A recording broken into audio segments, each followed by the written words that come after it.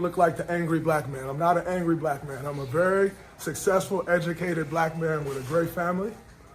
And I'm great at basketball. I'm great at what I do. The agenda to try to keep making me look like an angry black man is crazy. I'm sick of it. It's ridiculous. Check one. Welcome to Brother Sports. This is the podcast. Check us out. YouTube, Spotify, Apple Music coming soon. iHeartRadio. This is the podcast. Joining me today, TikTok, the co-host of the most, Snapchat. CT. Shout out to Pittsburgh. What? Here we go. Hey, shout out to my boy Pittsburgh Trap. Can't be here today, but hey, I'm loving it, man.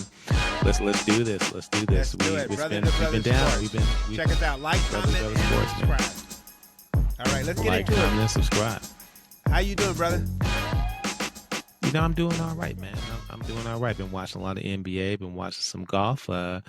You know, I actually got into WNBA, man. So, you know, I'm feeling pretty good.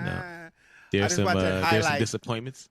Yeah, I watched that highlight of what's the girl? She pushed her on the ground and she was Angel Reese, like Caitlin Clark. Oh, Lord have mercy. That's a good foul. I know. I thought what it was happened UFC, to fouls, man. dude?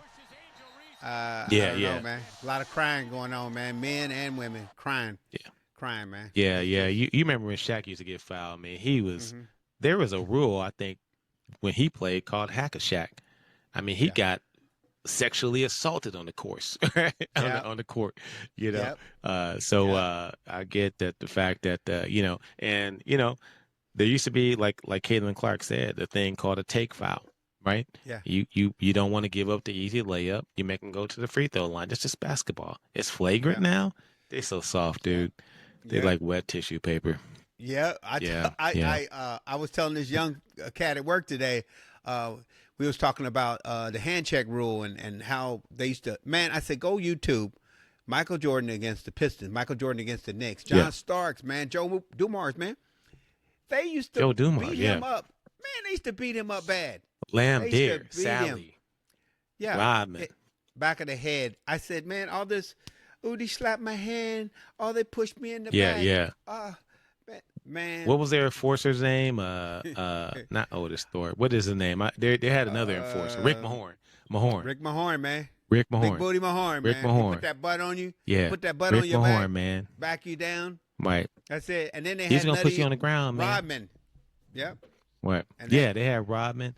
And them fouls, man, was brutal, man. You know, can you imagine if they were to adjudicate the game like they do now back then and call like take fouls flagrant? Like every foul would be flagrant. All that stuff Jordan went through, it would be flagrant, bro. I remember people would be so beat up that they could barely get to the line to shoot their free throws. You know, they could barely walk. You know what I'm saying? They couldn't open their eyes, or they still holding on to their back on the way to the line. Right. And now these guys, man, even the women, they just crying and flopping and acting and it's crazy. You know, a lot of guys can play the game nowadays with I guess a body that is more smaller by like Gilgeous Alexander. So like, I don't think back in the day that body type would hold up with the physicality that they played. And you hear a lot about, the Steph Currys and the threes and all that kind of stuff wouldn't. Man, they'd have hacked the hell out of that dude. You know what I mean? And beat him up. That's why I said people like Iverson, they were tough dudes, man. Penny Hardaway, Chris Jackson, Mahmoud Abdul-Rauf, that was some tough guys, man. Even Penny. Right. Penny was 6'7", 6'8", but man, he still only weighed maybe 200 pounds. So you had to have some game and it's just a different game now and some skill, you know. And I would say this, man. I don't know. You hear a lot of talk about yesteryear's players really wouldn't be able to compete in today's game. I call BS on that. You know, they would say that the George Gervins or the Kareem Abdul-Jabbar of the world wouldn't be able to compete today. I'd say like they would probably dominate. You know what I'm saying? With the rules that they have, where you can't touch them. Yeah, right. Yeah, because they were big. And who has a hook shot? Tell me one NBA player that has a hook shot. Nobody. LeBron tries it. It was unstoppable. Unstoppable. Right. You're 7 foot. You're shooting the ball maybe 11 foot in the air. They can't reach it. Ain't nobody blocking. And they can't reach it was timed perfectly. But anyway, let's get and into athleticism. Yeah, go ahead. Oh go ahead. my gosh, man! But look anyway, at Doc. Look at Doc. Yeah, Big Cat for the Knicks trying to recreate that shot. Oh no, it was Obi Nah, Toppin. you can't do it. He tried to do the under the rim shot. Oh, nah, man, that was funny. No, that beautifulnulness, man, he can't do it. That's his grace. That's grace, man. That was just I said one his of a hair's kind. too short anyway to be trying that. Yeah, man. You need a fro. Yeah, you're right about that, bro. All right, NBA so playoffs. What we got? Okay, we're gonna start off with who went fishing. Who's fishing? We got the Cleveland Cavaliers. Any thoughts on that game? The Pacers advance. I ain't got nothing, but that was a beatdown. Yeah, Garland was hurt, and then their big man was hurt. But man, they got blasted, man. The whole series was weird. That the home team was just getting scraped off the floor every game, every series. It was just like there's no home court advantage. Yeah, nowhere. It's crazy. Golden State, Steph. We thought it was the thumb that did him in. His first hamstring of his career, and he's out. And, wow, that's a bad one, man. That's just bad luck for Steph. And I know he's a hard worker. I know he prepares his body in the off season, and see him go down with an injury that it's really hard to come back with. I don't know if you've had a hamstring. That's a tough injury, and even if you try to come back, you're just going to injure it more. And I think, it speaks to, I guess, the talent level that's on the Warriors. You got, the guys that they rely on, like Draymond Green and I forget the other guy's name. He's not I can't remember. But those guys need to step Jimmy up. Butler. Jimmy Butler. Yeah. I mean, he took 11 shots. Come on, bro. 11 shots, really? Jimmy buckets, playoff Jimmy. Yeah, 11 shots, man. Right. I just knew he was gonna come out firing, and he didn't. And they had to rely on like Kuminga, and then Steve Kerr, man. Come on, Steve. You got Kuminga, who scored 30 in one game, scored 23 in the next, and then you don't even play him at all. I mean, I don't get what's going on. He must got something against him, or he must be saving him for a trade where he don't get hurt. I don't understand it at all. Because maybe it's the practice, dude. Maybe we don't know. We see what's happening during game time, but we don't know what's happening on the practice course. He doing the things you need to do. He's expressing the right attitude. Is he bringing the Shador Sanders element to basketball? Who knows? Could be. He's one of the young guys. I mean, he's one of the young guys, and man, even Looney, man, they rather play Draymond at center instead of putting Looney in there. And it ain't gonna work, man. You got both of those series, the Lakers and Golden State, man. They made Rudy Gobert look like a superstar, man. They sure did. Hey, what you think about Draymond claiming that he was being characterized as a mad black man? Like, come on, man. Like being vilified in the media. Man, go to YouTube and search Draymond fouls, technicals, and flagrants. He stepped on the man's chest. He's kicked several guys in the nuts, including LeBron. Man. The family punched Jews. A couple men in the head. He punched his own teammate in a practice. Come on, Draymond. It ain't about being angry. You're a dirty player. You're reckless. You're careless, and you cost your team a championship because y'all should have beat Cleveland, but you cost them. Because you can't control yourself. You cost him. Yeah. And you taking. He plays the victim. Here's the other side of that, Scott. Like there is a enforcer element to a person that brings that kind of, hey, look, I'm not going to take it. I'm going to foul you. I'm going to do that. I like that element of it. And it is somewhat of a throwback to the Dennis Rodman, Rick Mahorn days and Bill Laimbeer days. It's like, we ain't going to give up an easy basket, right? Right. But you can't claim yourself as a victim when you do that. You understand that you're going to be dirty, you're going to foul, you're going to do that kind of stuff, right? You're intimidating. You're going to intimidate players. That's good. I like it. But don't sit up here and say that the media's treating you wrong because they're not.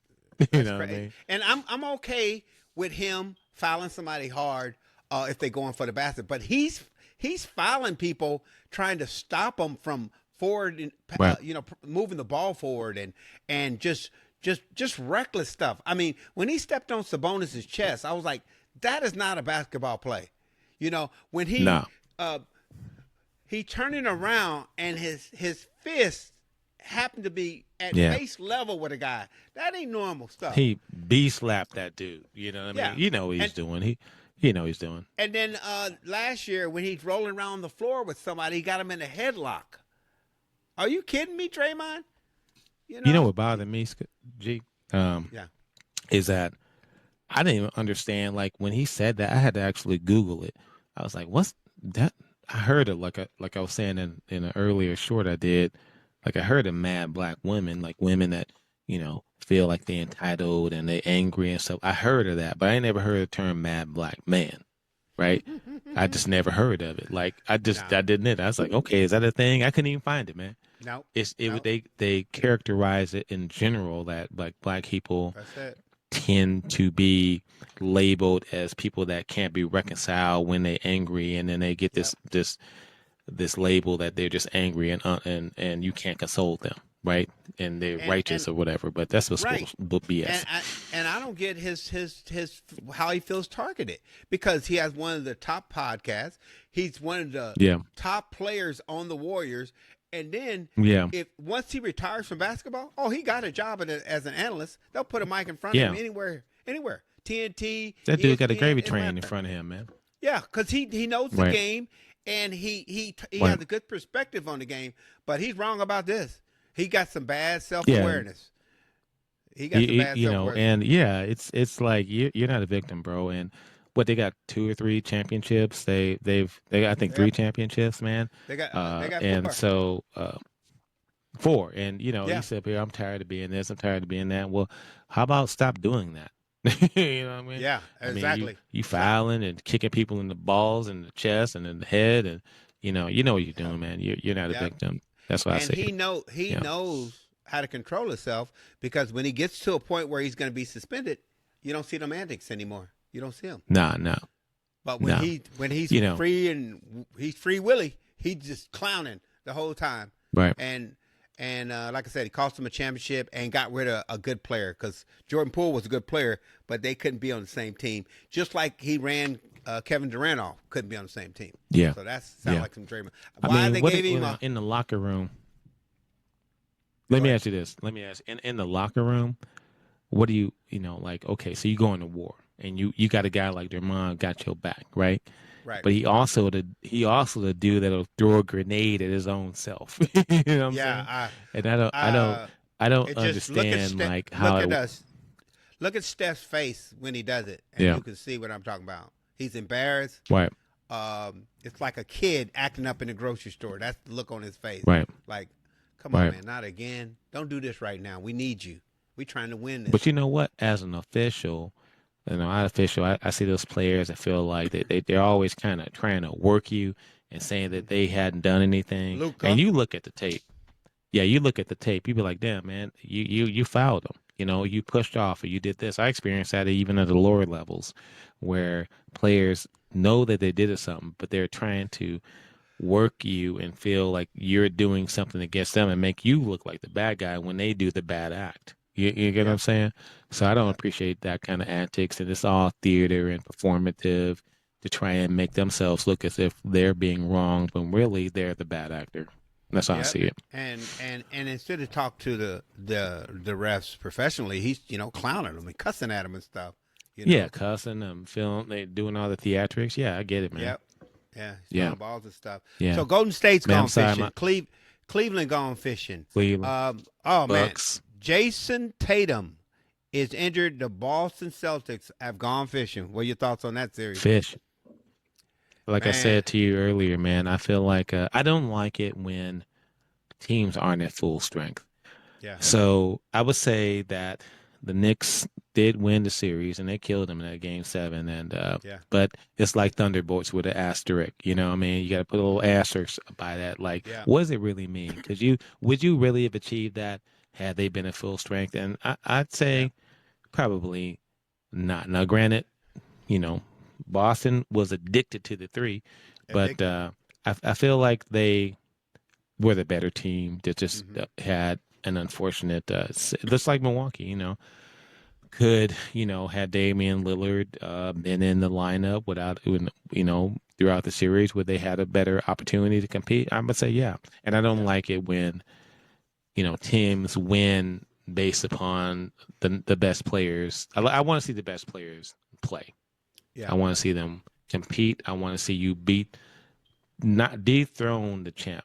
You don't dethrone the champ just because he got an injury to his elbow or he can't punch. You get what I'm saying? That's how I look at it. So asterisk season for me. On a side note, Boston got some trouble because Jason Tatum, his torn Achilles it is now, that he'll be out for 14 to 18 months.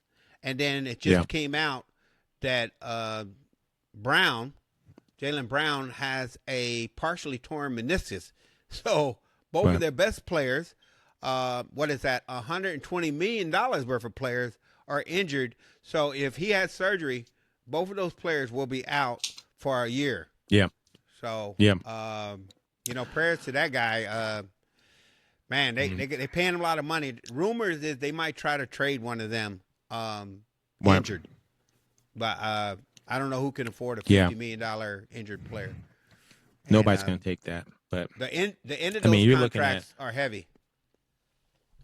Yeah, those contracts are a lot of weight on the Celtics franchise, and they got Porzingis, who I think came in on a pretty cheap deal, and then some good role players that they're going to eventually have to pay. I just feel like it's a bad break for the Celtics. I don't know who's going to be willing to take on an injured player's contract, just on the potential that they may be able to be a Kobe that can come back from Achilles and that kind of thing. So, and they're really Tatum and Brown are the core of that franchise. So I'd say, you're gonna probably take a year to this next year is going to be developing your talent. I doubt if a meniscus is easier to come back than Achilles. I'd be surprised if Tatum comes back. I think they've invested too much in him to risk him re-injuring something without him being fully healthy. So he might miss all of next year, and that means that the Celtics will become, an average team. Yeah, very average. Yeah, I think Jaylen Brown hit the last year of his contract is $69 million a year for that last year. So, and this is only his this will be going into the second year of that contract. So it's gonna a lot of money there. $69 million. Yeah. Nobody's gonna take that contract on.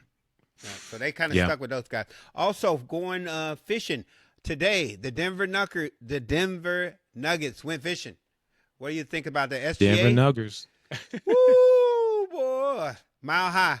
I thought they stole that one the other night. So I said, well, if they announce the MVP today, whoever gets the trophy going to end up losing the game. But they didn't announce the MVP, so Shea got it off, almost 40 points. Yeah. The Joker was frustrated. They triple teamed him, and the rest of them guys couldn't hit the side of a barn. Man, Murray didn't do his thing. Michael Porter, I don't know what happened to him. And Gordon, they said he was injured. He's a Missouri bro too. Yeah. They said said he was injured. So Denver Nuggets, and then the interview today was a bad look. I don't know if you saw it, but they asked Joker, I didn't see it, if they could win, they can still win the championship with this team, and he said no.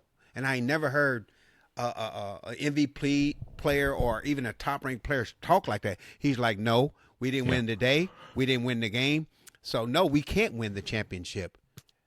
And I was like, wow, I ain't never heard that. So it made me seem like the coach is going to get fired, the interim coach. Somebody. And it made me seem like they're going to have a whole new roster next year because it's just him and Murray. But Michael Porter, man, they gave him $100 million, and he ain't earning it. Yeah. And then man, I know he's been injured and got some stuff going on, but man, you got a ball, man. You got a ball, bro. Yeah, here's the thing about OKC. I mean, to be honest with you, I saw them last year in the playoffs, and they was balling. They was a tough out, and you can't be off your game. You can't have a Murray type game and be like Murray historically kind of has been hot and cold. He'll have good shooting nights, he'll have bad, and then sometimes he's just this complete player that just facilitates everything, right? Jokic is a dude that's going to get you his baskets. He going to get something, right? He going to get fouled. He going to get to the line. He going to do all that. My Michael Porter Jr., the dude that's from here, mid-Missouri. He played here in Columbia and played, I think, against some competition here in Jeff City and stuff like that. And then he went to Mizzou.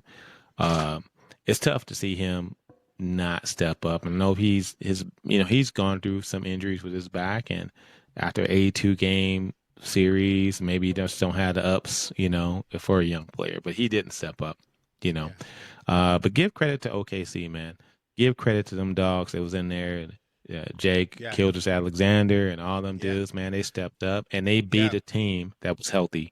They beat their players. I don't think that Denver had anybody out. They whooped them, and it's not like a Knicks scenario where you got Tatum out and you got Brown with torn meniscus and stuff like that. They beat them, and they threats, man. They threats to win it all, man.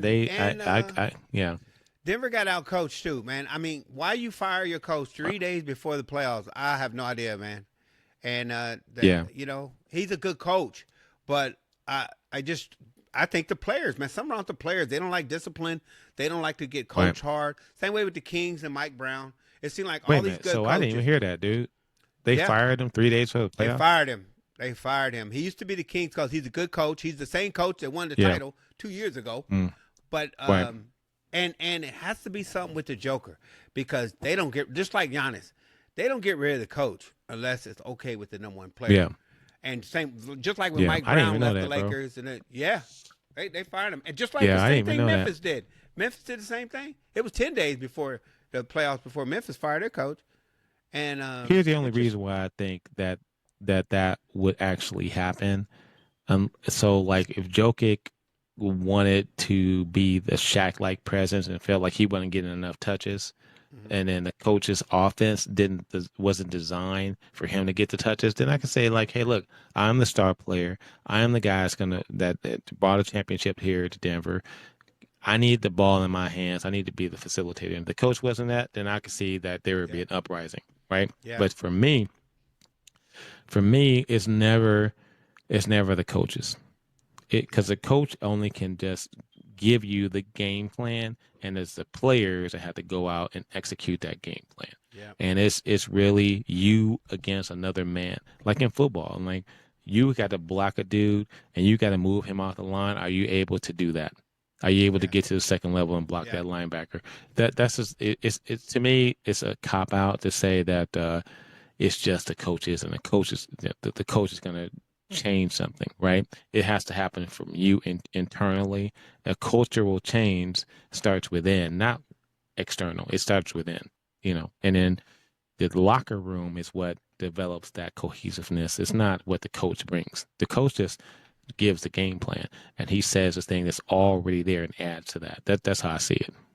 Yeah, it's crazy. That's kind of what's going on in the league. Mike Brown with the Kings got Coach of the Year last year, fired. You got Mike with the Giannis's coach, fired. Memphis coach, fired. It's just crazy that these coaches are getting fired. Yeah. Okay, who else went fishing? See, Boston, we got it. These playoffs. We're gonna have a fish fry. Yeah, it's one thing I can say also about OKC real quick is that I like the way OKC came to be because they did it through the draft. They didn't go out and say, hey, I want to go get all my AAU buddies. I want to go get the best players in the league. And OKC is back where they at the height they're at right now. This is a team that used to have Kevin Durant. They had James Harden and Russell Westbrook on the team, and they are back. And they're young, and they hungry, and they play together, and they playing sometimes 10 players a night. Not none of this 6 players and 5 players. You know how the Lakers play the whole second half. None of that. They bringing people off the bench. Yeah. And Shea can be on the bench for 6 minutes, and the score don't change. Mm-hmm. And that's a good team. Well, that's a good team. That's a good culture. That's good ownership. They don't have great talent there over the years.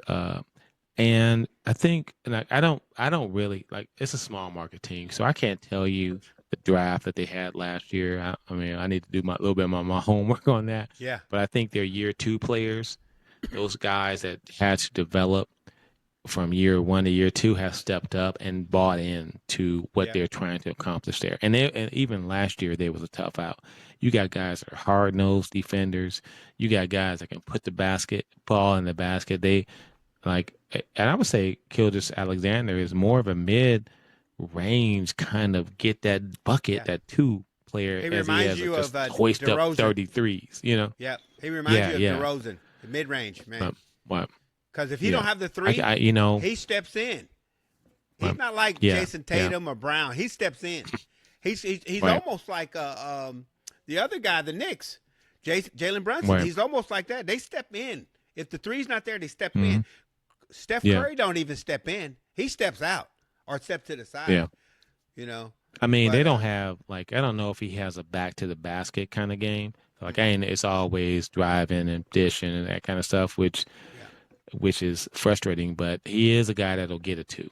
So OKC, I feel like they've earned their position. They've paid their dues, and for me, they the favorite, bro. They the favorite. Yep. You know, I like the Knicks. I like their grit. I don't like that, and they did beat a weakened Celtics team, but I feel like that's good. But as far as gone fishing teams, my surprise was, Lakers. I thought, LUKA and LeBron, combination of Batman and Robin, the Justice League was able to pull out one last thing out of LeBron, but it didn't happen, man. The defensive lapses became very, very evident in that series, and LeBron is a shell of himself defensively. Offensively, I don't know if he can go full throttle for 48 minutes, and LUKA has always been a defensive liability, and so that's why they out on the boat right now fishing. Yeah. I'm ready for the fish fry, catfish, bluefish. If they don't get a center and some wings that can 3 and D, then they'll be right back fishing again. Hey, but shout out to Sam Presti, man. Oklahoma City, the general manager. At one time they had like 7 number 1 picks. Yeah, he traded his whole team, man. Sam Presti, Oklahoma City Thunder GM. He had like 7 number 1 picks. He got rid of those big contracts, and he brought in some rookies, and they managed their caps. And I think right now, SGA and Hardenstein's the only one that's getting paid. So you can win that many games. We're gonna open up Red Lobster again. Yeah, and Holmgren, Red Lobster, he got hurt, and he's let's right bring back. it back. That's it. All right, let's bring back Captain D's because there's so much fish. Ooh, so boy, I miss some Captain D's, they man. didn't fish. When I slid through Kansas City, I pulled up to the Captain D's, and I was like, they said, "Oh man, we under construction." I was like, "Oh man!"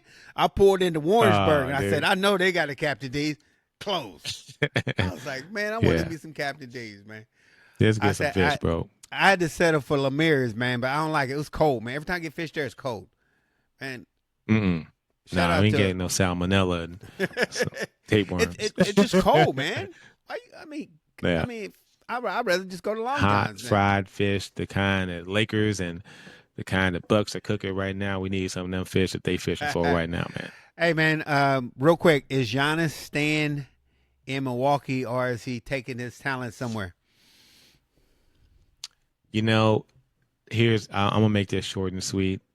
I'm gonna say that he's more likely to look for a newer horizon. He's given what he's given in Milwaukee year after year after year, and they haven't surrounded him with the kind of championship talent. They tried to, but the salary cap limitations and things like that have gotten in the way. Yeah. And he was developing things. So I think that he's probably going to look for greener horizons, and the team that is going to trade for him going to have to give up a bag.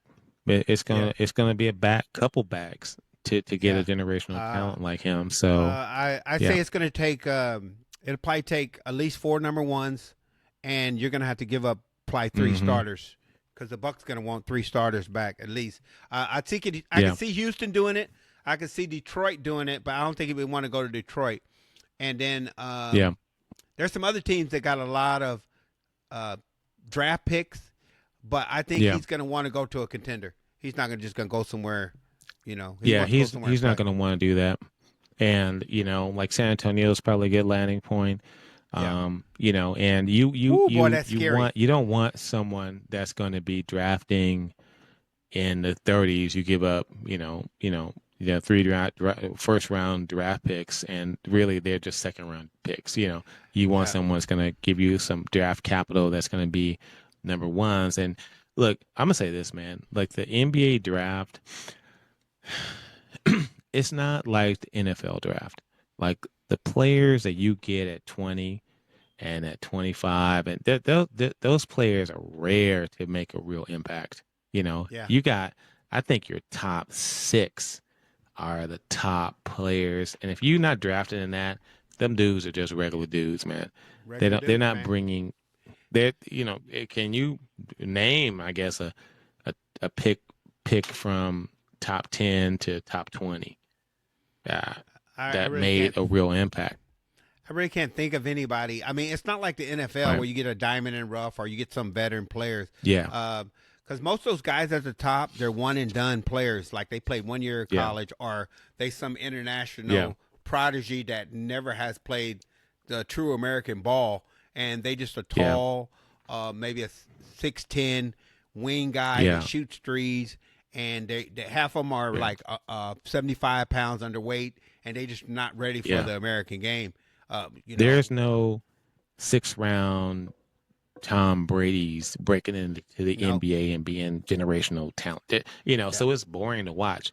That first 5 or 6, that's it, and the rest. And so for Giannis, like, and for the Bucks, like, you want to trade someone to them where you're gonna get some real draft capital. Like I said, they draft in 28th. You know, that don't matter. That dude's a nobody. You know what I'm saying? So that's how I see the Spurs have already said they will not trade the rights to Cooper Flag. So I thought they might do that. Cooper Flag for Giannis, that's a good trade. But they're gonna want 4 Cooper Flags. They're gonna want 4 number ones, and they're gonna probably want either Chris Paul. They don't want Chris Paul. They'll probably want De'Aaron Fox. To go with that. So, but if you got Cooper Flag, you got WIMBY, and you got Giannis, man, that's 50 games right there. So, just got that's 50. You know, we see what happens. You know, Giannis has developed a little bit of a mid range. He's unstoppable when he gets ahead of steam. He's one of those players that, you know, it's going to get you a bucket. You know, he maybe. If you get the right coach and the right system for him to develop in, where, you know, he's not necessarily a focal point. You know, he's the second dude, maybe that the guy that's going to get you a basket, but he don't necessarily have to be the point forward, the Scottie Pippen type player that come down handling the ball and forcing the issue where they building a wall because they know that he's going to dunk it, or he don't have that great consistent mid-range game, right? Yeah. So it's the right situation. I think you surround him with the right players, you're gonna get an NBA championship. We'll see. Yeah. Speaking of the lottery, let's get into that. I had a little rant about teams tanking to get the number 1 draft pick. I love the way it ended up right now that Cooper Flag is actually going to go to a good team. A lot of people are pissed about it, talking about they need to redo. If you want to have a good team, then play ball and win so you can have a good team. Don't lose.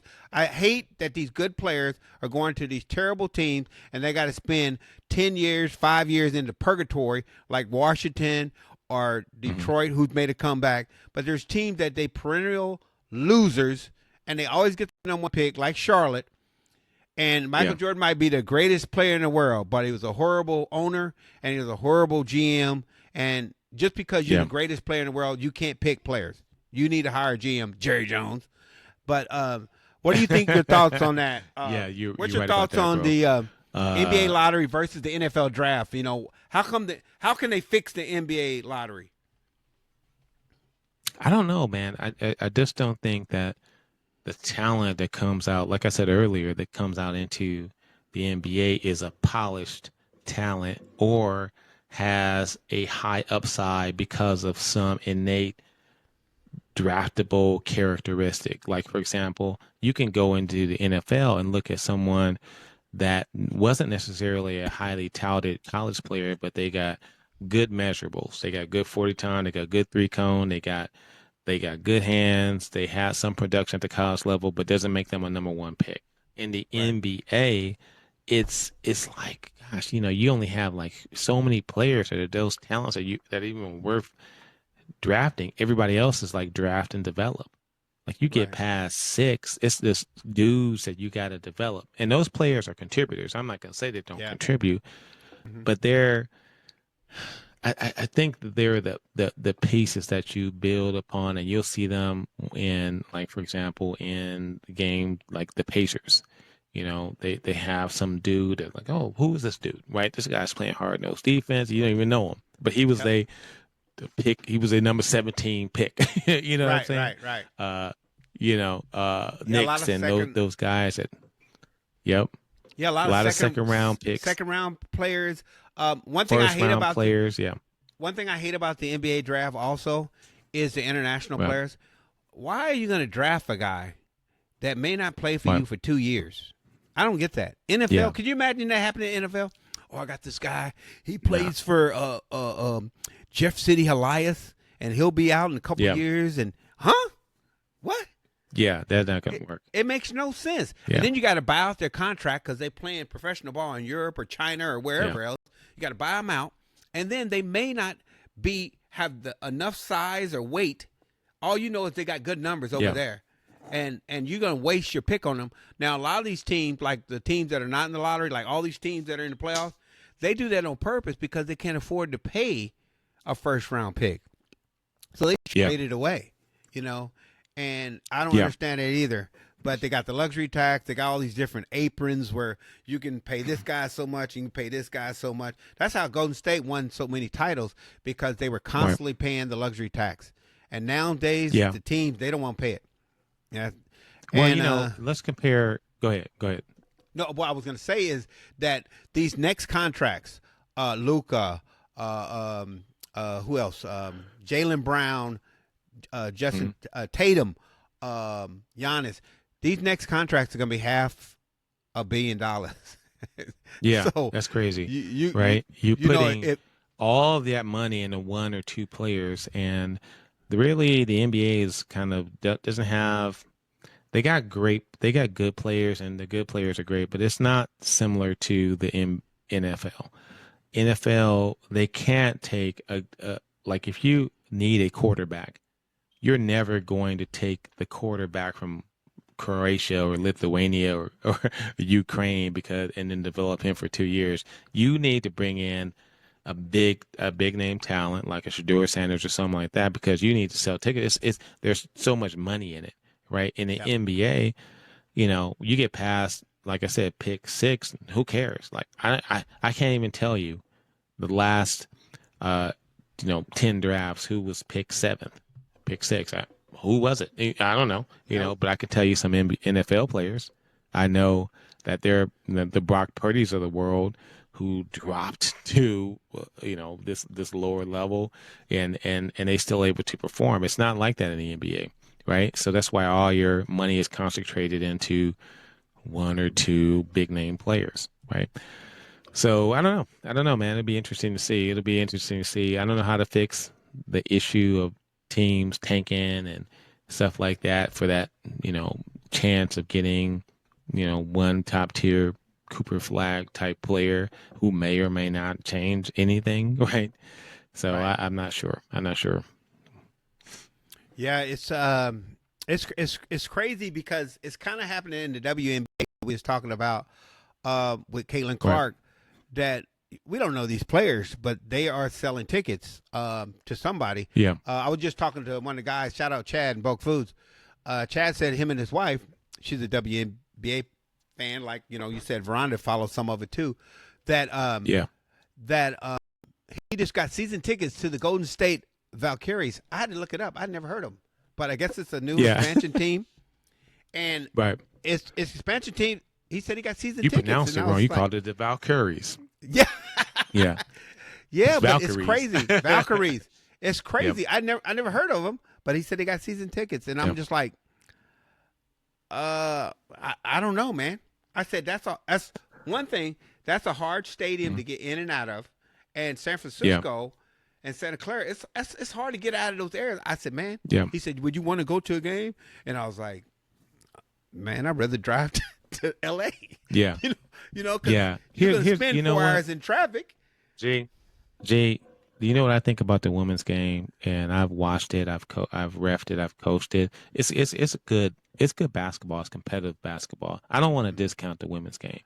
You know, they can't dunk, but it's kind of reminds me of like when Serena and Venus would play in tennis. Like, I don't necessarily want to see all the aces. I want to see the volley, and I want to see the back and forth, the competitiveness, you know. So I don't need to see a dunk. I don't need to see that. I do need to see them not miss easy crib shots, the layups and stuff like that. But I think it's good to watch it. Every time I've reffed it, every time I watched, you know, girls basketball, it's really been competitive, and they're great athletes. So I don't want to discount that.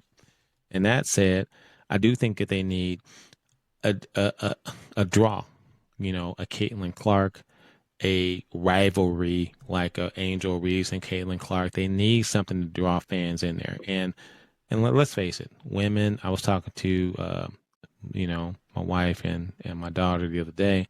Women aren't the primary consumers of WNBA basketball. It's men, right? We're the ones filling the seats, right? Right. And we want to see a quality product. We want to see competitiveness. We actually want to see someone get hit in the teeth. We want to see a good brand of basketball. Right now, I think it's developing that. As long as they keep developing that talent, getting the Beckers in there, and that was her name, the number one pick from Duke, Beckers, and you know, Caitlin Clarks and that kind of thing. And they now we can have. To answer your question, I would go. I don't know if I pay for season tickets, but I would definitely go see the Fever. I would definitely go see them play against some of the top, the New York Liberty and the Sparks and all them other players. I would see that, man. I could see that. Yeah. I wouldn't mind checking it out. I said it's something, you know, something to see. I said if they ever do any type of game that's closer, maybe a Golden One or something, I'd like to check it out. Or if I'm I'll check it out. Midwest, check it out. Let's get into this new NFL schedule, man. The schedule is out. What? And there's a lot of blasphemy about the Chiefs not making the playoffs. Jason McIntyre on the Herd says the Chiefs won't make the playoffs. It's blasphemy. Are you crazy? But what's your thoughts on the schedule? Any highlighted games? I do not like the kickoff game. If you've heard, the kickoff game is Dallas at Philadelphia. I think there would have been better games they could have put in at Philadelphia. What's your thoughts on the kickoff game? I just, you know, it's tough to bring a division game as the starting game. I think the Packers play Detroit as another highlight game. Those are tough games. Those are tough games. And at the beginning of the season, I think the teams are still, because of the shortened preseason, they're still working on some things. So I don't like, you know, like a Philadelphia Cowboys type of game at the beginning of the season. I'd rather it be like an interconference game. You know, that would, to me, be more compelling to look at, right? That said, I kind of looked at the strength of schedule. I think Giants, Bears, Packers, Eagles, you know, those teams, because the previous year they were in a division that had a lot of players, a lot of teams with winning records. Those are tough schedules, right? Teams, and it's always, you know, it's always based upon what you did last year. But for me, it's what have you done for me lately? So, you know, we'll see how it goes. You know, I don't know. It's be interesting to see, but I don't, like I said, I don't necessarily love the Eagles Cowboys. I would rather see a rematch, maybe Eagles Chiefs, something like that for me. Yeah. Well, that gets into week two. Philadelphia Eagles come into Arrowhead. that's going to be a pretty good game to see if the Chiefs can, put up a fight this time. I got that as an L for the Chiefs, though, on my chart here. I went down the whole schedule for the Chiefs, and ESPN had the Chiefs going 11-5, and I think that ain't good math, but I think the ESPN had the Packers going 9-5, 9-4, something like whatever the math is on that. But they had the Packers winning. I think it's 17 games. Thoughts? Yeah. So, well, as far as the Chiefs, I get it. They call it over under. So they're predicting that the Chiefs will win 11 games, and the Packers they're predicting they'll win 10 games. So what are your thoughts? Yeah. I mean, I think that's fair. I say the Packers are probably they got a tough schedule starting out with a lot of division games and stuff like that, but I think they're an 11-win team. As far as, the Chiefs-Eagles matchup, it'd be interesting to see that. The Eagles had lost a lot of, defensive line prowess that they, I think, gave the Chiefs a hell of a problem in the championship game. So it'd be interesting. I'm not showing that in as a necessarily a loss for the Chiefs. I think that the Chiefs will win that game. I still don't think the Chiefs are really up to snuff, but I think that they'll win that game. Yeah. If I go down so before I get into the Chiefs schedule, what are your thoughts on a lot? I think there's 6 or 7 overseas games. What are your thoughts on that? That teams giving up their home field and they're playing overseas, either Spain, Germany, Brazil. Matter of fact, the Chiefs' first game is against the Chargers, which I hate because I was going to go down to L.A. and see the Chiefs and Chargers, but now that game is in Brazil. What are your thoughts on the overseas games? I don't really love the overseas games, particularly because the home field advantage in the NFL, unlike the NBA, matters so much. You do get an advantage if you are playing in Green Bay and in the cold, and you're playing a Miami team. So I don't love teams going down to Brazil, going over to London or Spain or whatever. I don't like that. I do understand it from a marketing standpoint. You want to grow the league. You want to get, internet. You want the league to grow worldwide. So in order to do that, you have to broadcast and play games so you can develop a fan base. And there are fans, like you go down to last year when Green Bay played Philadelphia, there was a lot of Packers fans there. They were just, people from Brazil. So I like it. I like that element of it, and they're growing the sport. It's a multi-billion-dollar sport. I just don't love my team having to give up a home game to develop the sport. I maybe do that in preseason. That's how I see it. Yeah. Or to me, use the teams with losing records, if you will, punish them. If you want your home game in front of your home fans, win. If you want to show a product, but I get it. They want to show some of the top teams. They want to show some diversity. I think it would be funny if they put the Patriots in London. I would love to see that. But I just don't. I don't like giving up. I don't like the good teams giving up a home game to their home fans. Yeah. I think that should be smart. And the other thing is, you don't know the quality of the fields or what the surfaces that they're playing on. If you look at the Philadelphia Eagles Green Bay game last year, I mean, Jordan Love got injured during that game. It set their season down a path where they were struggling. And I've seen preseason games on, fields. I think when the Packers had Rodgers, they were playing a preseason game, I think in Spain or maybe in London. The field just wasn't up to snuff, and you can get a Jordy Nelson type injury, or all of a sudden you're just playing the preseason game, and the field and the quality that you're trying you put the players on is not up to snuff. So I don't like putting players at risk like that. Yeah, they had issues with the Mexico field. They had issues the Brazil field. Yeah. I think the London fields have been okay, except for, I mean, basically they're playing in soccer stadiums. The field is wider. A lot of time it's not natural grass, and most NFL has got away from natural grass unless it's controlled. That is definitely an issue. Other games. What's your thoughts on? We got the Chiefs playing on Christmas, and we got the Chiefs playing on Thanksgiving.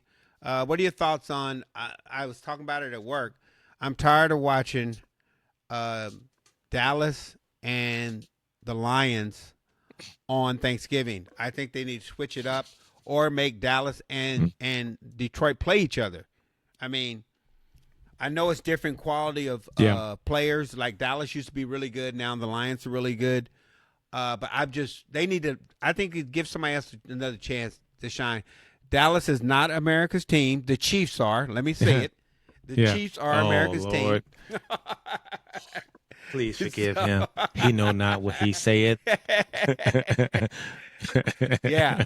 Red Kingdom. Shout out to Tech Nine. No. Look. So what's your thoughts, as man? Far as King of the North? I don't know. I don't know. Those games are, I don't know. I think I lost my train of thought. Let me tell you this. Okay. Yeah. Let's just take Green Bay. Okay.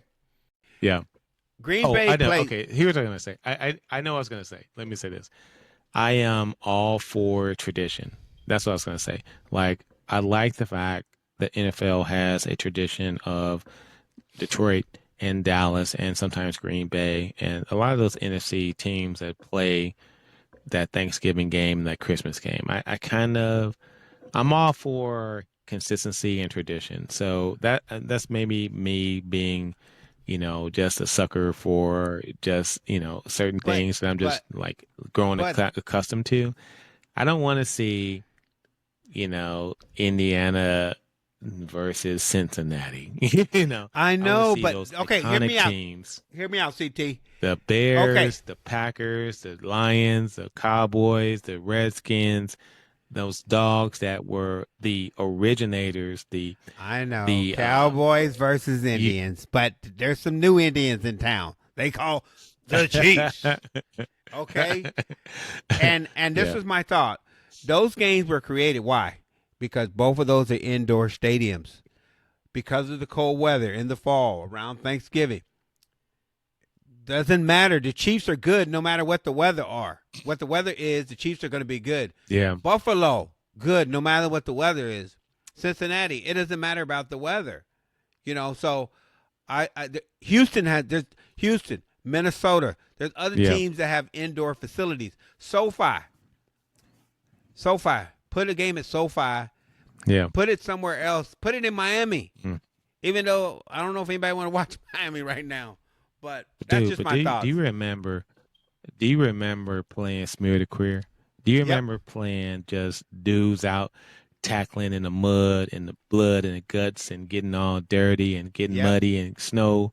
Sometimes that hark back to just that element of the game is what those traditional teams bring, the grittiness and and when you hear it like on a pre-broadcast, dun, dun, dun, dun, dun, dun, dun, dun, dun, dun, Green Bay Packers bringing it, went to Lambeau and that kind of thing. It rings something a little bit more truer than dun, dun, dun, dun, dun. So the Indiana Colts. Okay, so predictions. Packers play the Lions on Thanksgiving. The Chiefs play the Cowboys. Who's going to win those games? Packers win that game.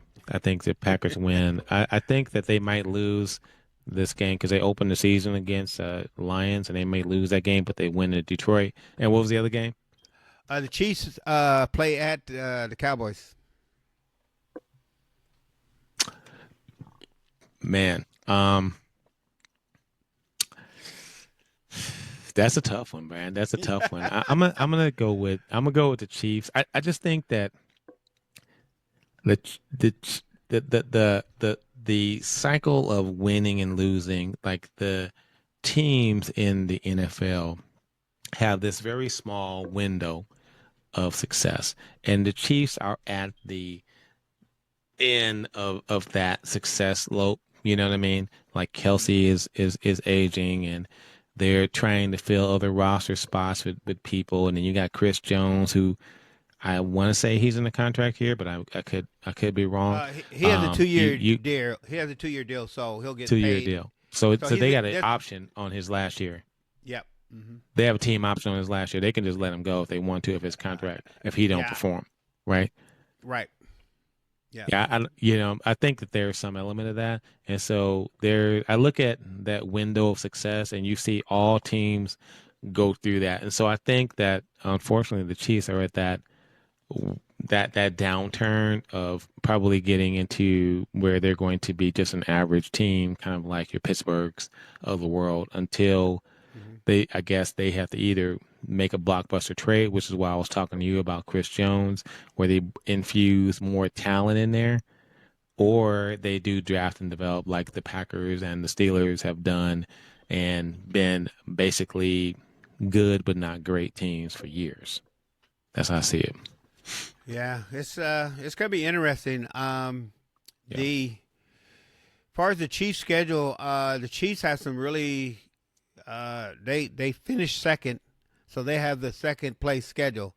They play the Chargers, they play the Eagles, they play the Ravens, they play the Lions, they play the Commanders, they play the Bills, they play the Broncos, they play the Texans, they play Yeah. Yeah. They have a really hard schedule. Yeah. But their over-under is 11 wins. Yeah. So, like I said, I think and I had I think them losing. they get 10. 1, 2. They go 10 or 11. That's a good thing for them. I had them losing. Team. They're gonna. I had them losing 5. I have the Chiefs losing versus the Eagles. I have them losing versus the Ravens. I have them losing versus the Lions, and I have them losing versus the Bills, and I have them losing at Denver. Have you ever heard of the term that everything eventually comes back to the mean? Basically, you win, you're great, but you're going to eventually become what the average is, right? Yeah. And so those outlier years are the exception, and then those low-lier years are the exception, but really they're just average. And I think that the Chiefs are coming up against something that is just inevitable in all of sports. Eventually, it's all going to come. All the teams that are after you are the Buffalo Bills and the Ravens, who you've beaten. They're going to start beating you, right? They're going to win those games, and you're going to become the average. And that's not to say that they can't still be good and win a Super Bowl. I'm just thinking that they're going to get a comeuppance. And I think it's just doomed to happen. So that's my prediction, is that I say 11 or 10 or 11 wins is a good thing. But the other teams in the division are going to raise up, and eventually the Josh Allens of the world, I think they're gonna also have that high where they buck the trend and beat you. Josh Allen. The fact that Josh Allen, Joe Lamar Burrow, Jackson, and Lamar Jackson haven't broke through, it's just amazing. Now, what you're saying is true, because the Chiefs are in that area where the Patriots were.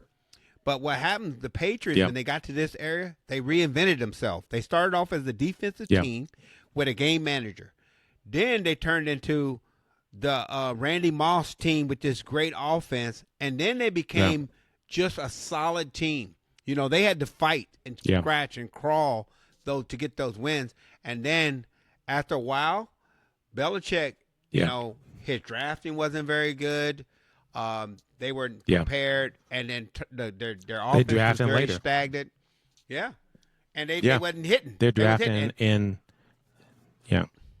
it's a difference when you draft from 5 to 15, and opposed to drafting from 20 to 30. You're going to bring a different caliber of player. You know what I'm saying? That's not to say they're not going to be good, but they're also going to be so many. You just don't get the generational talent unless you get lucky or you get draft picks. That's why I was telling you the Chiefs are in are in this. They're going to be in this crossroads, I think, where they're going to have to start looking at those high dollar talents that they have that maybe have some draft capital, like your Chris Joneses of the world. Like, who wouldn't want a guy like that? You know what I mean? Can you get, like, are you going to keep him because you have some loyalty for him, or would you rather get him when he's at his peak and he has value, and then trade him for draft capital, because you know you're going to need that capital going forward to be competitive. You can't just continue drafting in the 20s, 25 through 30. You know what I'm saying? You're just going to be okay doing that. That's how I see it. Yeah. So you got to make bold moves. And so that means that players are going to not be here, bro. Yeah. And like I said, Mahomes has been to 7 AFC championship games. I mean, that is unprecedented. I mean, are they really going to drop off? Man, I mean, last year was probably his worst year. But, I mean, they continue to win the AFC West. This year, I think the Chargers are predicted to win, and then the Broncos are predicted to either tie the Chiefs or even be better. So, I mean, it's a chance. Let's get into your Packers, man. Yeah, the Broncos. Well, let me say this: the Broncos are going to be a tough team to play, a divisional team, and the Chiefs are really a Mahomes injury away from being a lottery team. Oh yeah, I mean, that's it. Oh yeah, without Mahomes, yeah. I mean, their backup I don't now know is if they even have. Gardner, who is their number 2? Gardner Minshew, former Raider. Right, he's from Asia. I don't even know, right? So the Packers. So Gardner made the Packers. So let's go through the Packers. They got. Here's your teams. You got the Lions. You got the Commanders. You got the Browns. You got the Cowboys. You got the Bengals. You got the Cardinals, Steelers, Panthers, Eagles, Giants, the Vikings, the Bears, and you have the Broncos. And y'all finish up with the Ravens. Now, like I was telling Dante today at work, shout out down to Dante. Hey, only thing about that Baltimore game is the Ravens might have the number 1 seed, and they may rest their players. Maybe so. That could be the case. I feel like the Packers have a really tough schedule. I think it's the 5th hardest schedule in the league. They're in a very tough division. We have the Bears, who are up-and-coming team with some great talent on that team. You got Minnesota, who, we'll see what McCarthy can do. And you have Detroit, which is have been perennial winners. So it'll be interesting to see. I think there's some tough games there. I think the Packers, and the schedule is not very kind to them at the beginning of the season, but I think they're going to do pretty well. And for me, these teams, it's not. You can base their performance based upon what they did last year, but really it's what have you done for me lately? And so right now, I think the Packers are really in a good position. Defensively, I think I love what Jeff Hafley brings to the team. I love the offense. I love, what they've done on the offensive line. They brought a lot of great talent to guys that can move people off the ball and get to the second level. It's going to make Josh Jacobs even that more effective. And I love what Marshawn Lloyd, the element that he can bring. And they brought in some more weapons for Jordan Love. And I don't think they're going to be stopping a lot of players, but but they're going to be difficult to stop. So I think the Packers are an 11-win team. I think they're probably 11-win team. And late in the season, maybe Baltimore maybe resting players, but so what? Baltimore, they can kiss my what. I'm not a believer. I've never been a believer. That's how I say it. Okay, what about y'all? I call y'all 5 bye weeks. Y'all got the Cleveland Browns. Y'all got the Carolina Panthers, the Arizona Cardinals, and then y'all have the New York Giants. I call those bye weeks. What's your thoughts on those teams? Any trap games there for you? I'm not worried about Cleveland. It'll be interesting to see if Shador is able to get get some garbage time in on that. Giants have always been a tough out for the Packers. Was it Cincinnati with Joe Burrow? He's it's not if I think that's in Green Bay. I think the Packers win that game. The rest I'm not overly worried about. I'm just worried that, for the Packers, they have to win in their division. They have to, win against those tough teams that have great records. They lost last year against Minnesota twice. They lost against Detroit. They split with Chicago. They can't do that again this year and have success. They have to win those games. Yeah. What about October 26th? You'll be at the Pittsburgh Steelers with their quarterback Aaron Rodgers, maybe. I got 2 words for you. W. W. That's like a W for the Packers, bro. Yeah. I mean, the defense I respect I respect Tomlin. I respect the defense. If Aaron Rodgers, he should be there. And that would make it a interesting TV game, but I think the Packers are the better team. And I don't think that Aaron, at 40-something years old, has the mobility anymore. He can still throw the ball and throw it all over the field. He just can't avoid the pass rush. And I feel like Jeff Hafley will let those dogs out to eat, and they're going to eat on somewhere in Rodgers if he's there. And if he's not, they're going to eat on whoever they got back there. Oh, it's going to be delicious, a tasty meal, like going to Roadhouse or Ruth Chris or whatever, getting you a steak. Yeah, because if they don't get Aaron Rodgers, there's nobody left but Kirk Cousins, and I just don't see them paying Kirk Cousins what he's going to demand. No. Even if they paid part of it, I mean, they got Russell Wilson for free. They got what's his name, Justin Fields for free, but I don't see Atlanta giving nothing away for free. They brought in Metcalf. They brought in, I think, did they just trade a receiver? Yeah, they traded George Pickens to the Dallas Cowboys. Pickens, right. Yep. They traded him. He was a weapon last year. And we'll see, that who's going to throw them the ball. Don't know, right? And Metcalf, to me, is a good talent, but he's not – I don't think that he is a true number one that's going to get open every time and a guy that you can get the ball to. He stretches the field, but he's not a great route runner. So yeah, their route runner was Lockett. Lockett went to the Titans, so and they don't have too many people around him. They have a pretty decent tight end from Ruth, right? But other than that, their running game. They lost Najee. Yeah, they got Warren, but is he healthy?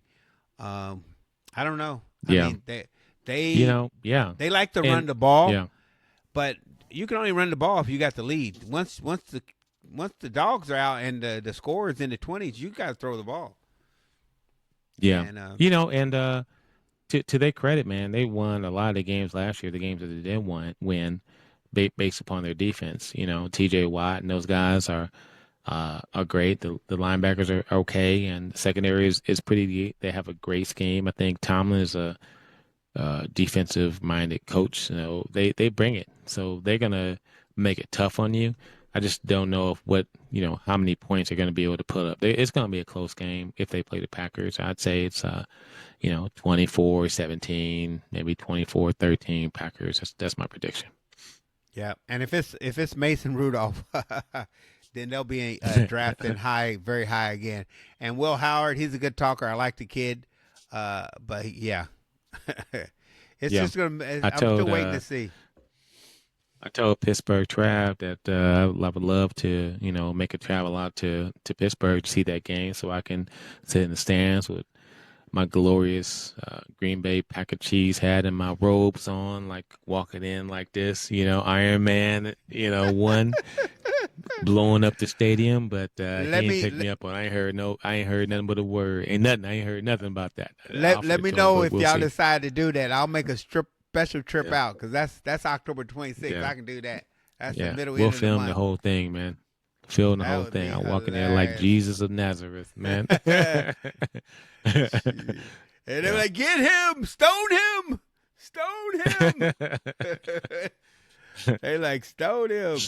Let he without sin throweth the first stone. That's it. That's it. Amen. Yeah. Hey, so So we're gonna get more into the schedules. We're gonna do some shows where we break down each division. We'll talk about the North, and we'll talk about all 4 teams, and we'll talk about the AFC West, and we'll take a show all through the summer, and we'll just talk about teams. We'll get into it more. Yeah. We may have to do a couple shows a week just to get everybody in, and just highlight each division, pick the winners and losers, and make some predictions and do some hot takes. We'll talk about some of the rookies, who's going to start, who's going to get a chance to play. Check on Shiloh's progress. Check on Shador's progress. Shiloh, man. We don't talk about Shiloh. Last thing I heard on Shiloh, he's going to get the snacks for the veterans. That's all I've heard. I ain't seen him, tackle nobody or make a play on the ball. But Shador, on his feed, they showing all his bombs to the players. But in the other feed, they showing Gabriel throwing interceptions. So I don't know who to believe. I don't know if it's some patchwork. Is it Photoshop? It's OTAs. OTAs is OTAs, man. Organized team activities are just you wearing underwear Olympics, right? So it's not reading, reacting, and stuff like that. We'll see. And let's not discount Shador. I'm not saying that he's not a good talent, right? I mean, but there's a reason why he fell, and we'll find that out. And he has a lot to prove. Hopefully, he can rise to the level, but he's picked in a zone where he might not make the team. He might be on the practice squad. I mean, I'm just telling you. That'd be another hot take. Shador makes the practice squad. If he clears waivers. We'll see, bro. I think he costs so little, and that the fact that I think if they cut anybody, they're going to cut Kenny Pickett. But I think those guys got to make an effort because Flacco is an old man, and if he gets hurt, that means somebody's playing. Yeah. So I think there's a chance that they'll keep him on the team. The one I worry about is Gabriel, that they might figure like, you know what, I don't know if we need 2 rookies, but we'll see. I can't wait till they start preseason because I want to see them guys play 2 quarters of football, And you know what the bigger problem is, G. So the bigger problem is that they've modified the rules where now there's only 3 preseason games. Yep. 3, right? And now you have Shador, you have Gabriel, you have Winston, Pickett, and what's the other quarterback? I forget his name. It's Flacco. It's Pickett, Flacco, and Gabriel, and Shador. Gabriel. Yeah, Winston ended up going to Winston ended up going to the Giants. Okay, so they got 4 quarterbacks or 5? 4. I forget. 4 quarterbacks, but very limited snaps, right? So you got so typically in a training camp, you'll have a quarterback who works with the first team, second team, and third team.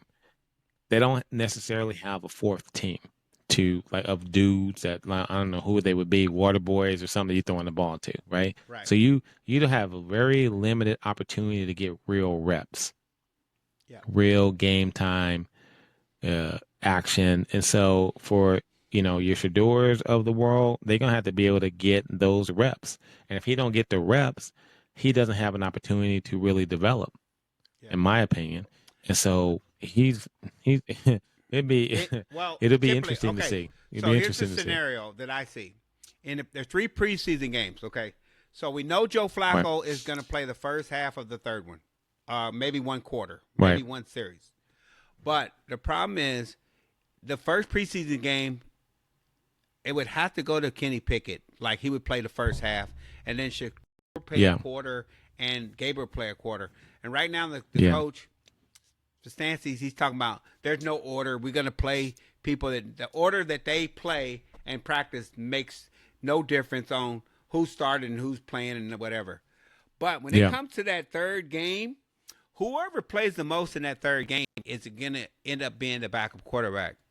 And I just don't know at this time, is that going to be any of those rookies?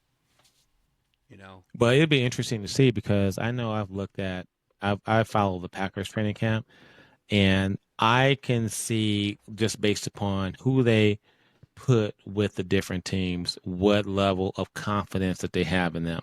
So, for example, if they just got a guy working with the third team, right? He not working with the starters. They're saying something. He either is not making the right reads. He has some deficiencies in his game that he needs to work on, and we don't want to waste those valuable reps, because again, it's limited reps. You want to get your team.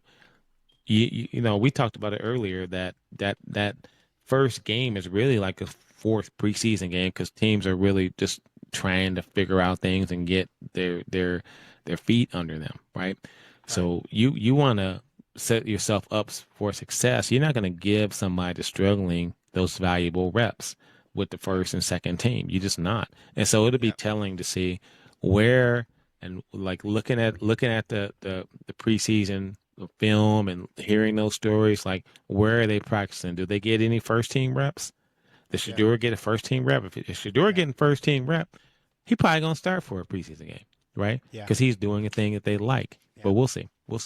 Yeah, I think my thing is now, if you don't play the second half of the first game, definitely the second game. If you don't play the second half, then more like you ain't gonna make the team, because that second half, and at least with the Chiefs, if you start the second half of the third preseason game, that guy usually gets cut. He get cut. You know, they just what happens is Shador. What happens to Shador? He gets cut, and they're trying to have him clear waivers. He gets picked up by somebody else that he don't want to play with. You know what I mean? That's a real possibility. I think that's a real possibility. I think the Cowboys would pick him up. Make the 53. He don't make the 53. Yeah, I think the Cowboys pick him up. He looks good in camp to me. I mean, he's in shorts, and he's playing against basically practice squads and college players, walk-ons and everything else. But he looked good in that little rookie minicamp. Yeah, but does Cleveland go in? Does Cleveland go into the season with 3 quarterbacks? I don't think so, bro. I think there's not enough roster space.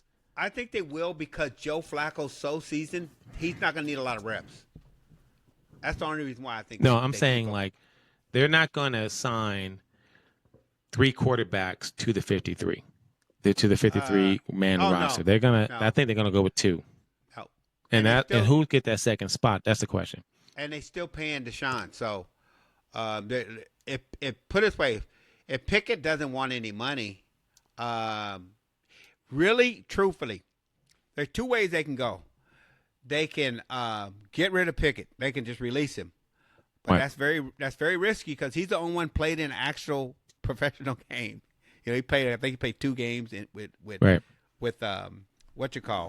Philadelphia, and then he played almost a season with Pittsburgh Steelers. But man, it's a good chance that Shador or Dylan Gabriel get cut. It's a good chance.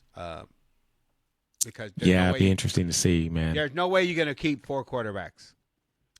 Most teams, good teams don't keep. Like, they keep 2, because you're going to need a third running back. You're going to need you may have a talent on the back end, a safety or a cornerback that you need, because, or a linebacker, or really what special teams value do they bring? Yeah. And so you got to backfill special teams, and you're not going to keep a third quarterback because you need a linebacker or someone that's going to play teams, and quarterbacks don't play that. You don't need no clipboard holder. You don't need somebody to hold the ball on field goals. Right. You don't need that guy. Right. So here's my thing, and I hate to say this because my predictions sometimes do come true, but I'm just wondering, does Shador make the team because as the third quarterback? Are they willing to reserve a roster spot because he has such an upside that they're willing to bring him on? Or do they try to get him on the practice squad? And it depends. Gabriel might not be performing. It could be Gabriel, right? But they spent a lot of draft capital on Gabriel. I think, what did he get picked? The second round or something like that? Or first? Second? It was second round, right? Nah, I think he got late second round. He went ahead of Shador.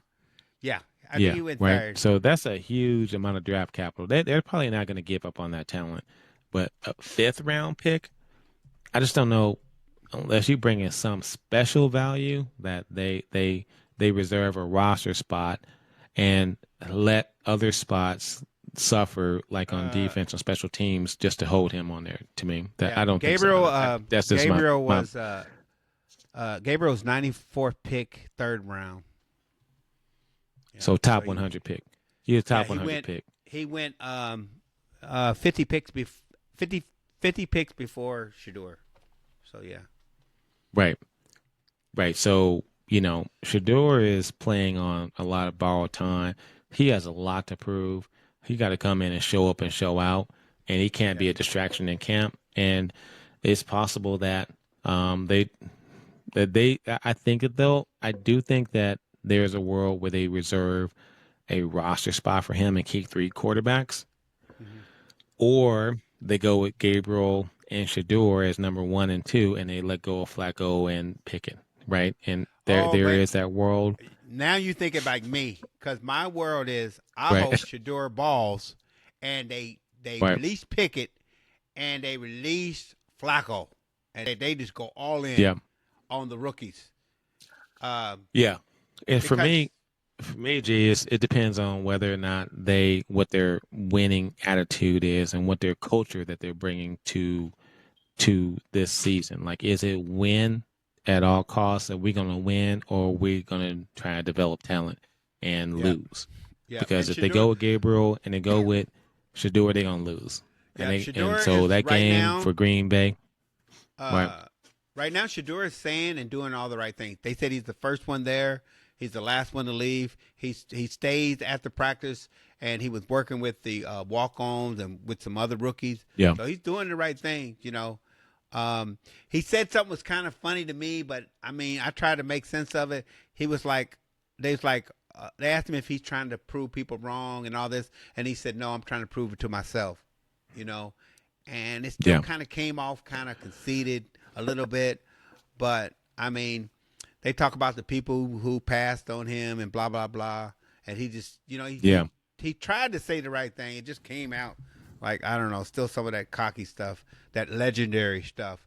Let me ask you this question, and you may have heard this in the news because it aligns with this whole Shador narrative that we're talking about. But my understanding is that Caleb Williams didn't want to be drafted by the Bears. And that he felt like that they didn't set him up for success. Like, he would come in and study film. There'd be nobody there helping him study. So there is some news out and chatter that he didn't feel like that he felt like, Chicago was where quarterbacks go to die. And that he wasn't necessarily set up to succeed. Yep, I heard that. And he was talking about, I want to go to Minnesota. I want to go somewhere else. And I heard that. And they used the example, and this first time I heard it, that the Rams actually brought in Dan Orlovsky to watch film with Jared Goff. Who does that? We're talking about a veteran quarterback that they brought somebody in to watch. If you're watching your own film, what are you learning from that? Who's picking you apart? Who's telling you, I used to love when Gruden used to do that little quarterback camp where he watches film with him and what's that, and explain this and tell me this and that. I miss that, doing that, because it kind of lets you know what these guys are doing. And it makes sense to me. I don't get what the point is bringing it out right now. It makes it very uncomfortable for him and the Bears, but it is what it is. I don't blame him. It provides him an excuse for failing. So it gives him the opportunity to, the roadie crew is walking through my set. it gives him an opportunity to give an excuse for not succeeding because he didn't want to be there and the coaches didn't want to work with him, and it allows him to deflect responsibility if that ever happens. Now, I think that he's a good talent. I think the Bears are set up to win. I think they got I think they're going to be really competitive, and he gets some buy-in. But the fact that he said that does make you a little, uncomfortable. Yeah, their offense for on their paper, prospects. their wide receivers. They got the kid from Missouri. They got Luther. I can't believe they got Luther. They got Luther. They got some talent. Got Rome in his second year. They got DJ Moore. They got running backs. They got tight ends.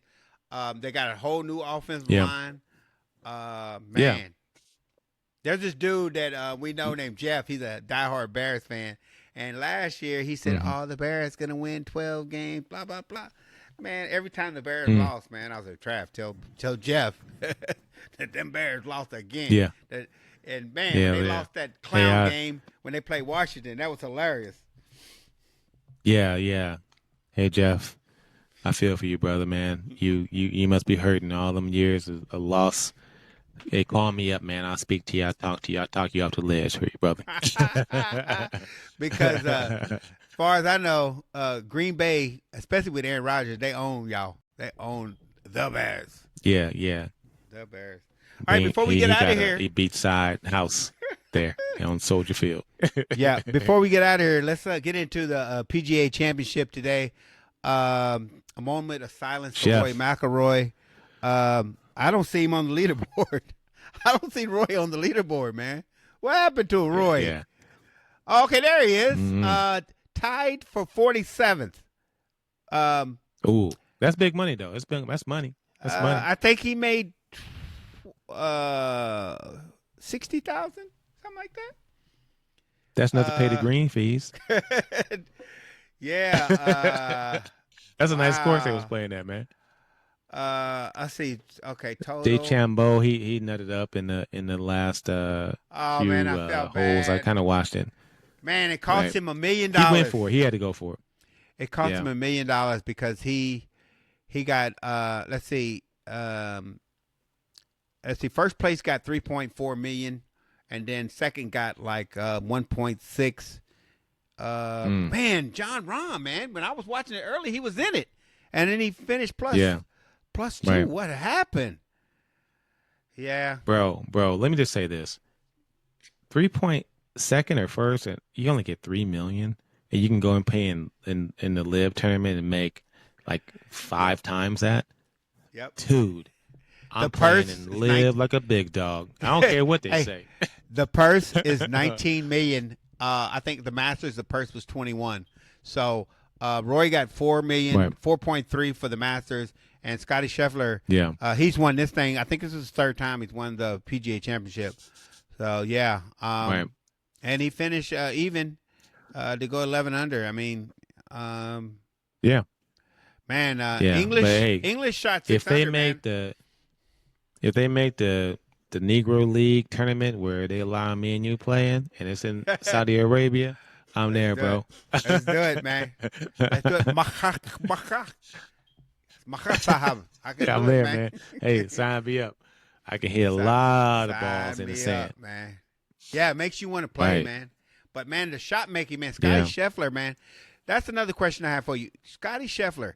Is this guy, I mean, quietly playing as good as Tiger? I mean, he's in every tournament, whether he wins it or not. He's in every tournament, and I don't know if Bryson's too big or what, but he bombs his drives, but his touch around the greens and everything, it just falls apart.